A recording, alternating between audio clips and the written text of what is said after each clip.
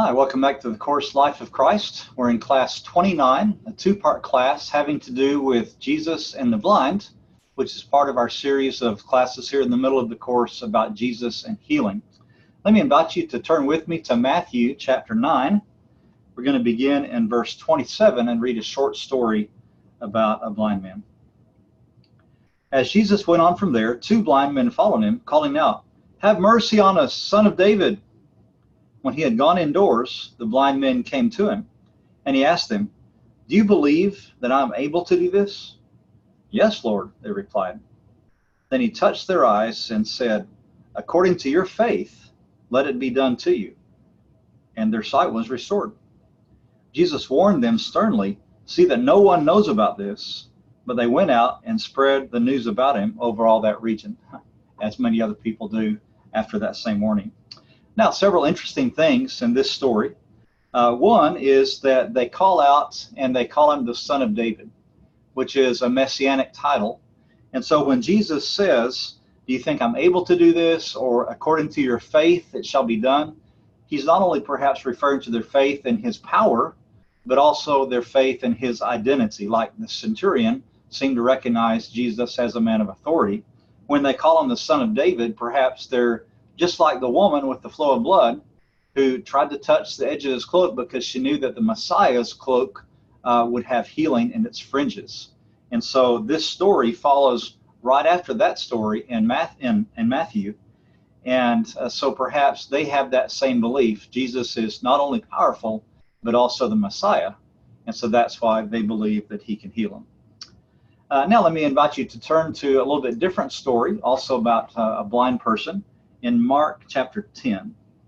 Mark chapter 10, beginning in verse 46.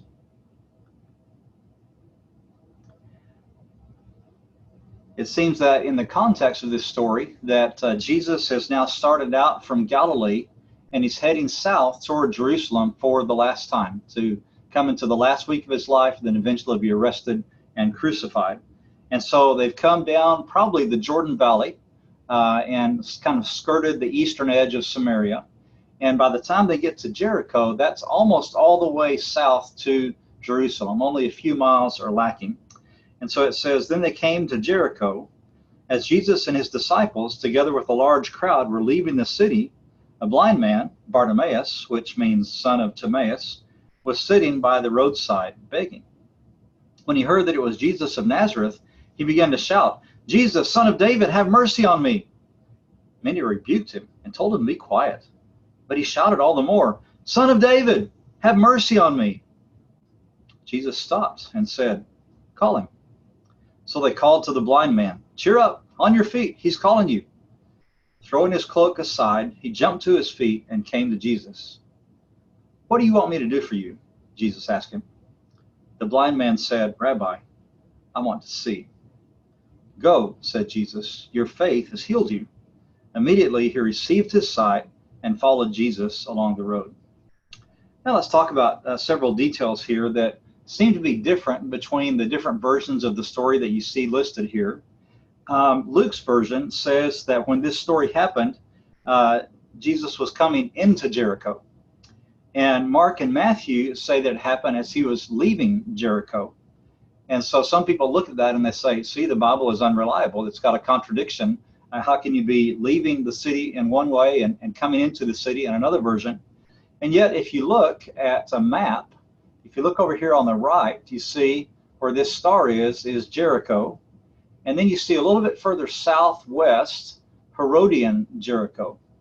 And we know that during this time that there were actually two Jerichos next to each other.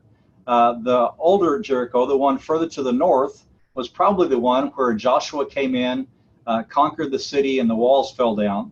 That was the older Jericho. And then the one further southwest was one that was newer, kind of more of a residence town or resort town, perhaps for the Romans, many of whom were stationed near or around Jerusalem. And so some people think that the explanation for this is that perhaps in Luke's version, where it says he's coming into Jericho, that he was already out of the older Jericho and was going south, and he was entering Herodian Jericho. And then when Mark and Matthew say he was leaving the city, they're referring to the older city to the north. And that would make sense. If he's traveling from north to south, then that would be a good resolution to this problem. There's also a couple of other details that seem to be different. Matthew says there were 2 blind men. Luke and Mark say there was 1 blind man, and that he followed Jesus after being healed. Luke adds the detail that the people praised God because of what Jesus had done. And so again, people are a little confused and say, what's the deal? How do you resolve that? And I think these stories, like other stories in the Gospels that have some differences in detail in the synoptics, can be largely explained by the difference in perspectives of eyewitnesses or authors. Because we know that if 2 people or 5 people see the same event, they can be there at the same time, see the same event, but depending on where they are, or depending on their own perspectives or their own backgrounds, then they're going to report that same story differently. Some will focus on some details and others other details, and the numbers might be a little bit different depending on what they focused on in the story. And so I think that largely can explain the details that are different in the synoptics and regarding this story.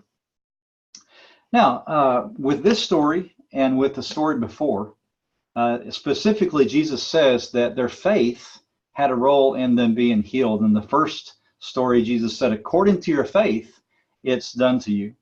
And so this brings up the question, does faith lead to miracles, or do miracles lead to faith? And if you look through the Gospels and you just kind of track that one idea, if you do a search about faith in Matthew through John, and you pull up all the passages that have to do with it, and you start to look at the relationship of miracles and faith, you see that some stories show that faith produces miracles, like this story, like the one we just saw in Matthew and Mark 5, and also Matthew 8, where the woman has the flow of blood, and Jesus says, your faith has healed you. You have this story about the 2 blind men. You have the story in chapter 2 of Mark about the paralyzed man, but in that case, it was the faith of the friends that we noticed that Jesus saw, and for that reason, healed the paralyzed man. And also in chapter 9, you have the story of the boy that had the demon cast out of him by Jesus. The father that says, I believe, help my unbelief. In chapter 11, you have the story about if you have just the faith of a grain of mustard seed, then you can move mountains. And so in those stories, it seems to be that the person comes to Jesus with faith, and partly based on that, and of course also the power and the compassion and the mercy of Jesus, then that faith helps produce a miracle that changes their life. Okay, so in some ways, faith does produce miracles. And yet, we also see that in some times people have had faith, and you and I can probably tell stories about times we've known friends or family members that have had problems or been sick and had faith in God, that God is powerful and God can heal if he chooses, and yet that miracle didn't happen. The person was not healed right away, or perhaps not at all.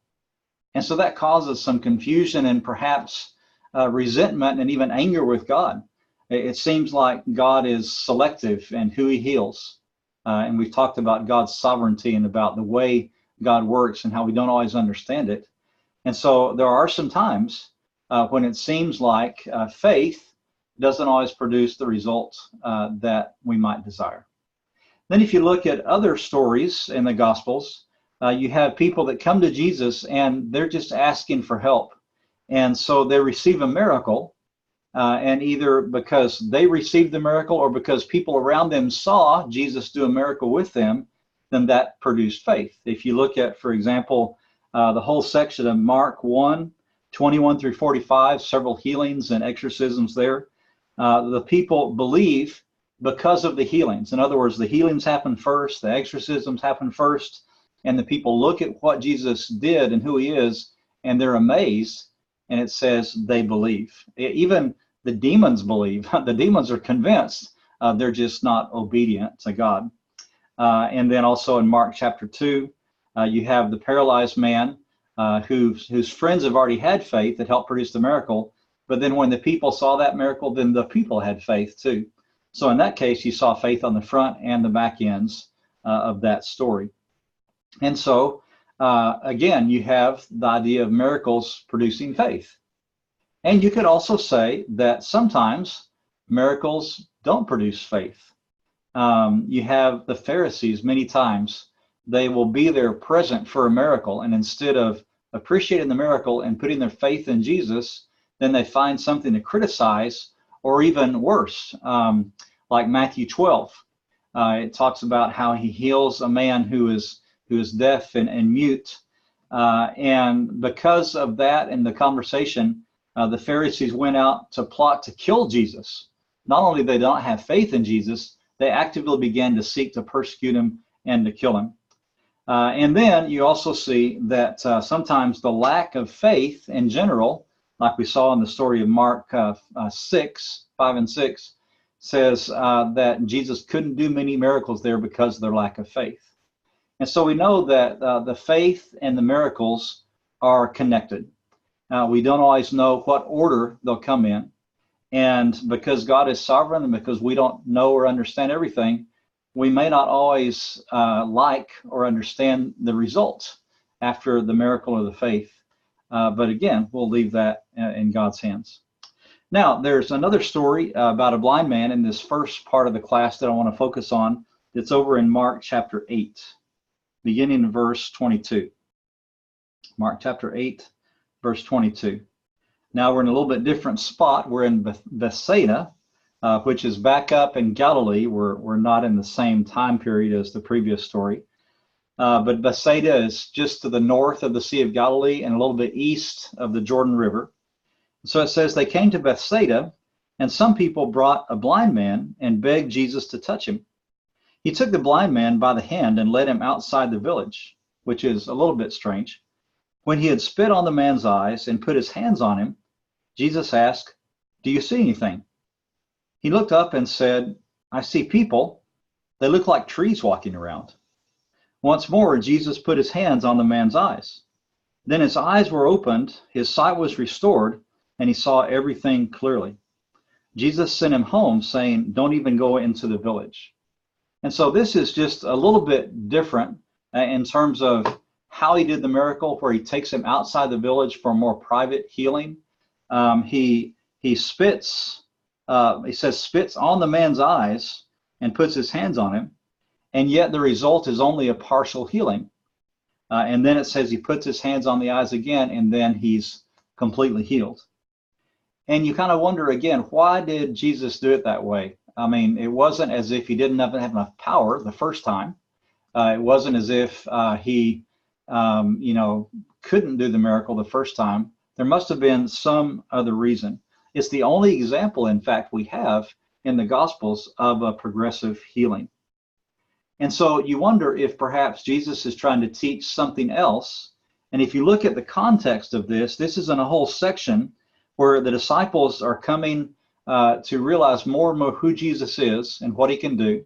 The people of Galilee and of Israel in general are coming to the same realization. The demons already know who he is, but obviously they're not in favor of him. And so it's kind of a gradual awakening to the identity and the power of Jesus. And so if you look at, for example, the story just before this, where Jesus has done the healing, done the feeding of thousands of people, and then they get in the boat, and in verse 14 it says they'd forgotten to bring bread except for one loaf they had with them in the boat. And then Jesus warns them about the yeast of the Pharisees and Herod, and they said, "It's because we don't have any bread." They thought he was irritated with them for not bringing bread. And so Jesus said, "Why are you talking about having no bread? Do you still not see or understand? Are your hearts hardened? Do you have eyes but fail to see, and ears but fail to hear?" And then he says, "When I broke the 5 loaves for the 5,000, how many did you pick up? 12 basketfuls. When I broke the 7 loaves for the 4,000, how many basketfuls? 7. Do you still not understand?" And I think that's the whole point. all through that story, and really the previous story, and really the whole first part of Mark, they have not understood completely. They've understood pieces, just like the crumbs of the bread. They've understood crumbs of who Jesus is, but they haven't put it all together yet. And so some people think, and I tend to agree, that this story illustrates in physical terms what's happening in spiritual terms with the disciples and many people in Israel. That they understand partly. They have eyes but fail to see completely or clearly. They have ears but fail to understand clearly or completely. Their hearts are still a little bit hard about accepting who Jesus is and what he wants to do.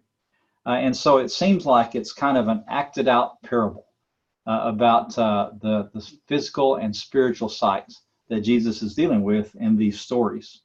And some people also suggest that this could symbolize the arrival of spiritual sight for the Gentiles, because in Mark 8, 11, and 12, Jesus is back with the Jews, but in Mark 13 on, then he's with the Gentiles. And so it's this gradual spreading of blessing and healing and providing even with the bread between the Jews and the Gentiles. So hopefully that's been interesting and shed some light on passages that occasionally have been a little bit difficult. That's the end of the first part of this class, and then in the next part of the class we're going to treat a different story about Jesus and a blind person. See you next time.